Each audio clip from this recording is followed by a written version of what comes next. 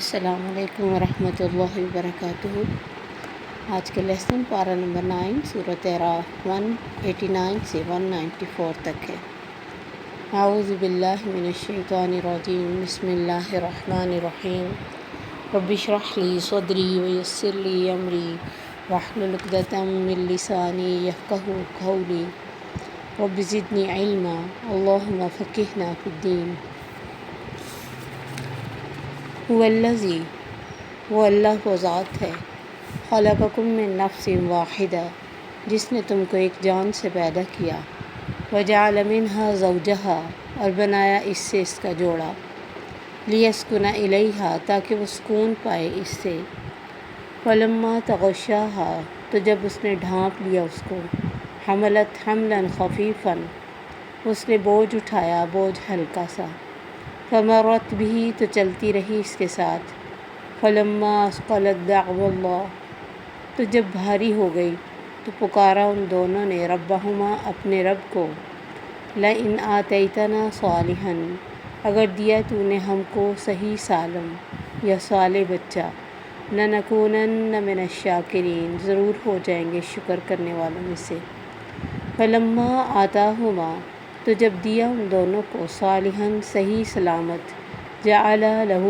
شرکاء، تو ان دونوں نے بنا لیے اس کے شریک، فیما آتاہما، اس میں جو اس نے دیا تھا ان کو، فتعالی اللہ، تو بلند ہے اللہ تعالیٰ، عما، اس سے جو، یشرکون، وہ شرک کرتے ہیں، ایشرکون، کیا وہ شریک ٹھہراتے ہیں، ما لا یخلق شیئا، جو نہیں پیدا کر سکتے کچھ بھی، وہم یخلقون، وہ تو خود پیدا کیے گئے ہیں، ولا یستطیعون لہم، اور نہیں وہ طاقت رکھتے ان کے لیے، نصرا، مدد کی، ولا انفسہم ینصرون، نہ ہی وہ اپنے نفسوں کی مدد کر سکتے ہیں، وَإِن تَدْعُوهُمْ إِلَى الْهُدَىٰ، اور اگر تم پکارو ان کو ہدایت کی طرف، لا يَتَّبِعُوكُمْ، نہیں وہ پیروی کریں گے تمہاری، سَوَاءٌ عَلَيْكُمْ، برابر ہے تم پر، أَدْعَوْتُمُوهُمْ، کہ تم پکارو ان کو، ام انتم صامتون، یا تم چپ رہو،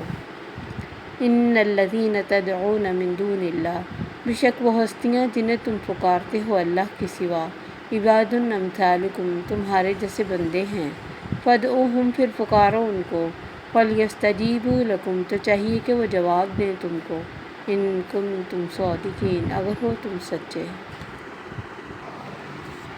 اللہ تعالیٰ نے یہاں ارشاد فرمایا کہ وہ ذات ہے جس نے تمہیں ایک جان سے پیدا کیا، یعنی آدم، اور انہی سے ان کی بیوی کو، وجعل منہا زوجہا، اور اس سے اس کا جوڑا بنایا، لیسکن الیہا، تاکہ سکون پا سکے۔ تو یہ تین چیزیں جن کو اللہ نے قرآن میں سکون کا لفظ دیا، ان میں سے ایک بیوی، ایک رات، اور ایک گھر،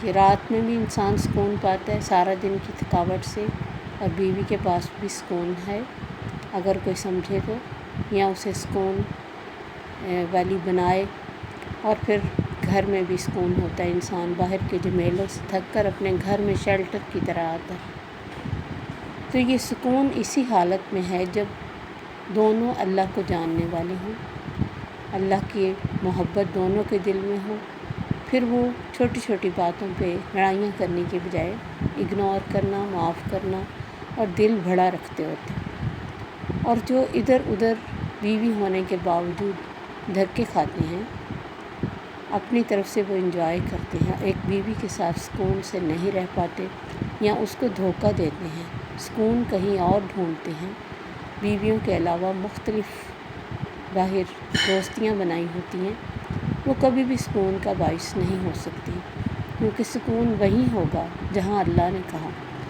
تو علماء کہتے ہیں کہ جو انسان رات اپنے گھر میں گزارے اور بیوی کے پاس رہے، تو یہ کنیکٹ ہو جاتی ہیں چیزیں، کہ گھر میں رات اپنی بیوی کے پاس رہے اور اسی سے سکون پائے، تو اس کی زندگی میں آٹومیٹکلی سکون آئے گا، کیونکہ اس نے تین ریلیکسیشن جو تھی اللہ کی بدائی ہوئی، اس کو اکٹھا کر لیا۔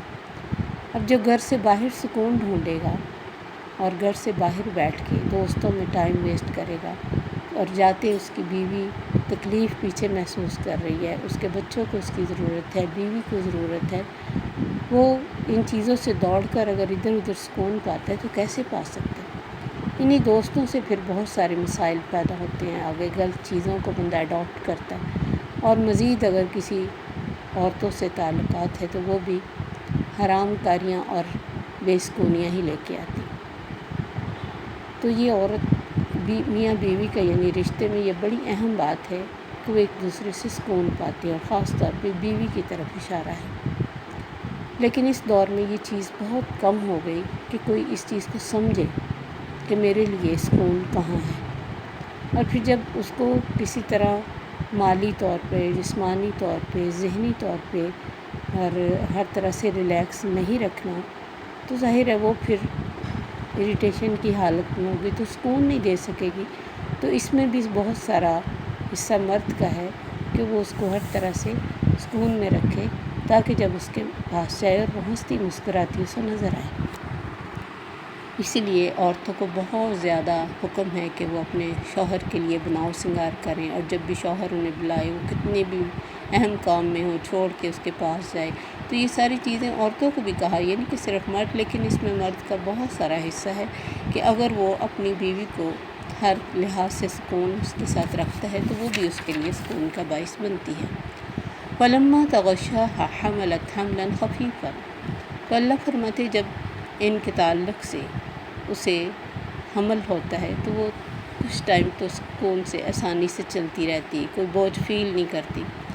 فَلَمَّا أَثْقَلَتْ دَعَوَا اللَّهَ، تو جب وہ بھاری ہو جاتی ہے تو پھر ان دونوں کو جیسے ایک فکر ہوتی ہے تو دعا کرتے ہیں کہ یا اللہ ہمیں نیک صالح بچہ دے تو ہم شکر کرنے والے ہو جائیں گے۔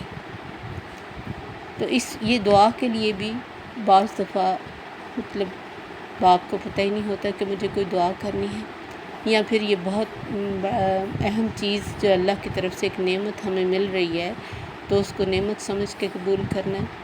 وہی بھی سارا ٹوٹلی عورت کا کام لگتا ہے کہ وہ پریگننٹ ہو اور وہ لے کے پھرے اور دوائیاں کھائے اور اپنے آپ کو سنبھالے اور گھر کو سنبھالے، بچوں کو سنبھالے، اور شوہر کی طرف سے کوئی اٹینشن اس کو نہیں ملتی۔ وہ سمجھتا ہے کہ بس ٹھیک ہے، اس نے پیدا کرنا ہے تو کرے، حالانکہ یہ بہت مطلب اٹینشن چاہنے والا ٹائم ہوتا ہے کہ جتنی بھی کسی کی کوشش ہو سکے وہ ذہنی طور پہ، روحانی طور پہ اس کو توجہ اور محبت کے ساتھ اس ٹائم کو گزارے، تاکہ وہ جو اپنی تکلیف ہے اس کو کم فیل کرے۔ اور دعاؤں کے لیے دونوں کو اکٹھے دعائیں کرنی چاہیے، اس سے یہ بھی پتہ چلتا ہے کہ دعا بھی کتنی ضروری ہے۔ اور پھر بہت سارے لوگ اللہ فرماتے دعا کرتے ہیں کہ یا اللہ ہمیں نیک دیا تو ہم شکر کرنے والے ہو جائیں گے، اور شکر تو ہر حال میں ہی بنتا ہے، کیا صرف بچے کے پیدا ہونے کے بعد شکر ضروری ہے؟ یہ بھی بہت ضروری ہے، لیکن اگر وہ شکر کرنے والے عام حالات میں ہوں گے تو تب شکر کریں گے نا، تبھی وہ سمجھیں کہ اللہ کی طرف سے نعمت ملی ہے۔ اب تو سب سے پہلے یہ فکر ہوتا ہے لڑکی ہوئی کہ لڑکا خوبصورت ہے کہ نہیں خوبصورت، کوئی یہ نہیں دیکھتا کہ ماں کو تکلیف کم نہیں ہوتی کسی کے بھی خوبصورت نہ ہونے سے یا لڑکی ہونے سے، وہ اسی تکلیف سے گزرتی۔ اس کی ذہنی حالت کو دیکھے بغیر یا تو منہ چڑھایا جاتا ہے، یا پھر کوئی خوش ہوتا ہے تو وہ اس وجہ سے کہ جی میرا بیٹا ہوا، اس کے اتنے بڑے کام کو کوئی سمجھا ہی نہیں جاتا کہ اس پہ کتنی بڑی تکلیف گزری ہے کہ وہ زندگی اور موت کے پاس سے ہو کے۔ تو یہ اگر دونوں دعائیں کریں تو ظاہر ہے کہ زیادہ خوشی کی بات ہے، اور دعائیں کرنی بھی چاہیے، کیونکہ اگر نسل میں خیر ہے تو یہی صدقہ جاریہ پھر آخر تک بنتا ہے۔ تو اللہ فرماتے فَلَمَّا آتَاهُمَا صَالِحًا، جب ان دونوں کو میں نیک بچہ دے دیتا ہوں، جَعَلَ لَهُ شُرَكَاءَ، اس وقت بھی مکے کے کافر اسی طرح کرتے تھے کہ بچہ پیدا ہونے کے بعد اس کا نام عبد الشمس، عبد مناف اور عبد العزیٰ اس طرح کے اپنے بتوں کے نام رکھتے کہ یہ اس کا بچہ ہے، اس کا بندہ ہے۔ اور ہم بھی بہت سارا اس طرح کے شرک کرتے ہیں، غلام فرید، پیراں دیتا، پیر بخش، اس طرح کے نام ہمارے ہاں بھی رکھے جاتے ہیں۔ تو یہ قدر ناانصافی ہے کہ نعمت تو کسی اور سے لیں، نام کسی اور کا لگائیں۔ تو اللہ فرماتے میرے ہی دیے ہوئے میں میرے شریک کھڑے کر لیتے، بھول جاتے کہ ہم کیا دعائیں کرتے تھے۔ پہلے تمام امیدیں خالق حقیقی سے تھیں، لیکن جب نعمت ملی دھیان دوسروں کی طرف ہو گیا، میں فلاں جگہ گئی تھی، میں فلاں جگہ دھاگا بندھوایا تھا اور میں نے نم کرایا تھا اور میں نے تعویذ لیا تھا کہ فلاں کے طفیل مجھے بیٹا ہوا، فلاں پیر فلاں درگاہ پہ میں نے یہ بھری تھی کچھ چیزیں یا پھر صدقہ دیا تھا. تو یہ تمام شرک کی قسمیں ہی ہیں. فتعالی اللہ عما یشرکون. تو ان کے اس شرک سے اللہ کو فرق کوئی نہیں پڑتا. وہ تو تعالی ہے، بلند رہے گا، بلند تھا. لیکن انسان خود کیا کرتا ہے، کس قدر بے وفائی اور بے انصافی کی بات کرتا ہے. اس لیے اللہ فرماتے ہیں ایشرکون ما لا یخلق شیئا. کیا وہ شریک ہو سکتے ہیں جو کچھ پیدا نہیں کر سکتے؟ وہم یخلقون. ان کو خود کسی نے پیدا کیا، وہ تو خود اپنی پیدائش کے لیے اللہ کے محتاج تھے. اپنی ماں کے اندر انہوں نے پرورش پائی، وہ دوسروں کو کیا پیدا کر دیں گے؟ وہ دوسروں کے لیے کیا بنا کے دیکھ سکتے ہیں؟ اللہ قرآن میں فرماتے وہ تو مکھی اور مچھر کا ایک پار نہیں بنا کے دے سکتے. اتنے کمزور. ضعف الطالب. کتنا زیادہ کمزور انسان. اور پھر اسی انسان کو، اپنے جیسے کسی انسان کو جو اپنی کسی تکلیف کو دور نہ کر سکے، جو اپنی کسی بگڑی ہوئی حالت کو سنوار نہ سکے اللہ کے حکم کے بغیر، اسی کو اللہ کا شریک بنا کے کھڑا کر دینا، اسی کو واحد اور اسی کو احد کہنا، اس سے بڑا شرک کیا ہے؟ وَلَا يَسْتَطِيعُونَ لَهُمْ نَصْرٌ. اللہ فرماتے وہ ان کی کوئی مدد نہیں کر سکتے. اگر بچہ ڈسیبل ہو گیا، بچے کا کوئی اعضاء کم ہے، یہ اس سے جا کے صحیح کروا لینا جس سے انہوں نے مانگا تھا. کوئی چیز کم یا زیادہ اللہ نے دے دی ہے، کوئی بچے کو مسئلہ پیدا ہوتے وقت ہو گیا، کوئی آکسیجن کی کمی ہو گئی، زندگی بھر کا اپاہج وہ بچہ ہو جاتا ہے، پھر کیوں نہیں کوئی صحیح کر کے دیتا؟ وَلَا أَنفُسَهُمْ يَنصُرُونَ. وہ ان کی کیا مدد کریں گے؟ وہ تو اپنی مدد نہیں کر سکتے. وہ اپنے لیے اللہ کے محتاج ہیں، ان کو اپنی تکلیفوں کے لیے اللہ کے آگے گڑ گڑانا پڑتا ہے. تو یہ انسان کی نااہلی اور ناسمجھی ہے کہ وہ کمزور مخلوق کو اپنا اہم سمجھے کہ اس نے مجھے دیا. کوئی انسان اگر مصیبت میں ہے، رات کا ٹائم ہے، اسے کوئی تکلیف پہنچی ہوئی ہے، تو کیا کوئی یہ ہے ایسا ذریعہ جو وہ خود جان سکیں، جن کو ہم پکارتے ہیں، جنہیں ہم اپنا مشکل کشا اور حاجت روا سمجھتے ہیں؟ صرف اللہ ہی وہ ذات ہے جو کسی بھی کونے میں آپ کے بیٹھے ہوئے آپ کی تکلیف کو جان سکتی ہے، دور کر سکتی ہے، سمجھ سکتی ہے کسی کتنی تکلیف. دوسروں کو تو آپ فون کر کے بتائیں گے، اس ٹائم فون نہیں اٹھائیں گے. وہ تو اپنی مدد کرنے کے قابل نہیں، کسی اور کی کیا مدد کریں گے؟ وَإِن تَدْعُوهُمْ إِلَى الْهُدَىٰ لَا يَتَّبِعُوكُمْ. اگر آپ ان کو ہدایت کی طرف بلائیں تو آپ کو فالو نہیں کریں گے، کیونکہ وہ خود کو ہدایت پہ سمجھتے ہیں. اور پھر یہ دوسرے بتوں کے لیے بھی سوٹ کرتا ہے کہ آپ ان کو بلائیں کہ آئیں اس طرف، تو وہ بت کیسے آئیں گے، کیسے تمہارے پیچھے چلیں گے؟ سواء علیکم ادعوتموہم ام انتم صامتون. ان کے سامنے تم آوازیں دیے جاؤ یا چپ رہو، کوئی فرق نہیں پڑتا، برابر ہے. وہ بت کے بت ہیں، نہ سنیں گے، نہ سمجھیں گے، نہ دیکھیں گے، نہ جواب دے سکیں گے. تو دونوں کو اللہ تعالیٰ نے یہاں کہا کہ وہ بھی بت ہی ہوتے ہیں نا. جو انسان اگر کوئی کسی کی تکلیف دور نہ کر سکے، مثلا آنکھوں کے سامنے کسی کو بہت زیادہ تکلیف ہو، آپ دعا کر سکتے ہیں، دم کر سکتے ہیں، دور تو نہیں کر سکتے، دور تو اللہ ہی کر سکتا ہے. تو اس لیے اللہ فرماتے برابر ہے، انہیں آوازیں دو یا چپ رہو. اس وقت تکلیف کو دور کرنے والا اللہ کے علاوہ کوئی نہیں ہوتا جب تمہیں کوئی سویر قسم کی تکلیف ہوتی. ان الذین ہلکی سی سر درد بھی ہو جائے وہ بھی نہیں کوئی ہٹا سکتا جب تک کہ اللہ نہ چاہیں. ان الذین تدعون من دون اللہ.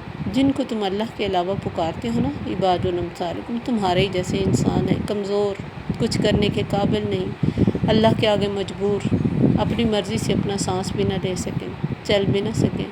فادعوہم فلیستجیبوا لکم. تو جب تم ان کو پکارتے ہو کہیں بھی بیٹھے، تو پھر تمہیں ان کا جواب بھی آنا چاہیے. کیوں نہیں جواب آتا؟ کیوں تم پھر ان کو آوازیں دے دے کے رہ جاتے ہو اور تکلیف وہیں کی وہیں رہتی؟ تم نے تو ہر موقع پہ انہیں یاد رکھا تھا. تم نے تو نام رکھتے ہوئے بچے کا پہلے ان کو پوچھا تھا کہ کون سا نام رکھیں. انہوں نے کب تمہاری کسی تکلیف کو دور کیا؟ یہ صرف انسان کا اپنا ذہن ہوتا ہے. جیسے اللہ نے کہا کہ کہتے مجھے ہیں کہ ہمیں نیک دو، جب میں نیک دے دیتا ہوں تو نام دوسروں کا لگاتے. اسی طرح کوئی بھی تکلیف دور ہونے کے بعد اگر ہم کہہ دیں کہ میں نے فلاں کو نام لیا تھا اور فلاں کو کہا تھا تو یہ دور ہو گیا، تو یہ اپنی بیوقوفی ہے، اپنی آخرت خراب ہے. تو اللہ فرماتے پھر تمہیں ان کا جواب بھی آنا چاہیے، جو دوسرے شہر میں بیٹھے ان کو یہاں آواز دو تو وہ رب ہے جس کو آپ کہیں یا اللہ تو وہ 3 دفعہ جواب دیتا ہے، یا عبدی میرے بندے کیا چاہیے تمہیں؟ وہ نچلے آسمان پہ آ کے روز آواز دیتا ہے، کون ہے جس کو رزق چاہیے، شفا چاہیے، اولاد چاہیے، کون ہے اس طرح جو اپنی مخلوق کا اس طرح دھیان رکھتا ہو، جو ان کی تکلیفوں کو جانتا ہو، سمجھتا ہو، کسی نے کسی کو کیا دکھ دیا، کتنا دیا، کب دیا، اسے اگلے کو کتنی دیر وہ دکھ ہوتا رہا، کون کاؤنٹ کر سکتا ہے؟ وہی اللہ ہے، وہی خالق لطیف خبیر ہے، خبیر علیم ہے، حلیم علیم ہے، اس جیسے کوئی نہیں۔ ان کن تم صادقین، تم سچے ہو تو پھر تمہیں ان کا جواب آنا چاہیے۔ لیکن اتنے اللہ کے سوالوں کے جواب میں کوئی اگر سوچنے والا دماغ ہو، سمجھنے والا دل ہو تو اس پہ اثر کرے۔ اتنی کلیئر اللہ نے باتیں کی ہیں اس قرآن میں کہ اگر کوئی اس کو صحیح نیت سے اور صحیح آنکھوں سے پڑھے، بصیرت کے ساتھ سمجھے، تو اس میں کوئی ایسی بات نہیں جس میں کوئی بہت سمجھنے والی بات ہے، کسی اور کو سمجھانی پڑے۔ سیدھی سادی باتیں ہیں اور انہی باتوں کا جواب نہیں ہے ہمارے پاس، تو ہم کس منہ سے کسی اور طرف جاتے ہیں؟ تو جب بھی کوئی موقع مشکل کا آتا ہے تب ہم اللہ کے آگے آ جاتے ہیں رشوت دینے کے لیے کہ یہ کر دو تو میں اتنے نفل پڑھوں، اتنے قرآن پڑھوں، اتنا صدقہ دوں۔ اللہ کو ضرورت ہے ان چیزوں کی، وہ تو خود مالک حقیقی ہے۔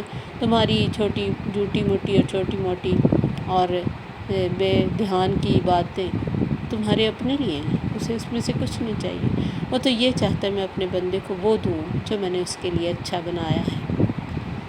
تو اللہ سے دعا ہے کہ ہمیں ہر طرح کے شرک سے محفوظ فرمائے۔ السلام علیکم ورحمۃ اللہ وبرکاتہ۔ سبحانک اللہم و بحمدک، اشہد ان لا الہ الا انت، استغفرک و اتوب الیک۔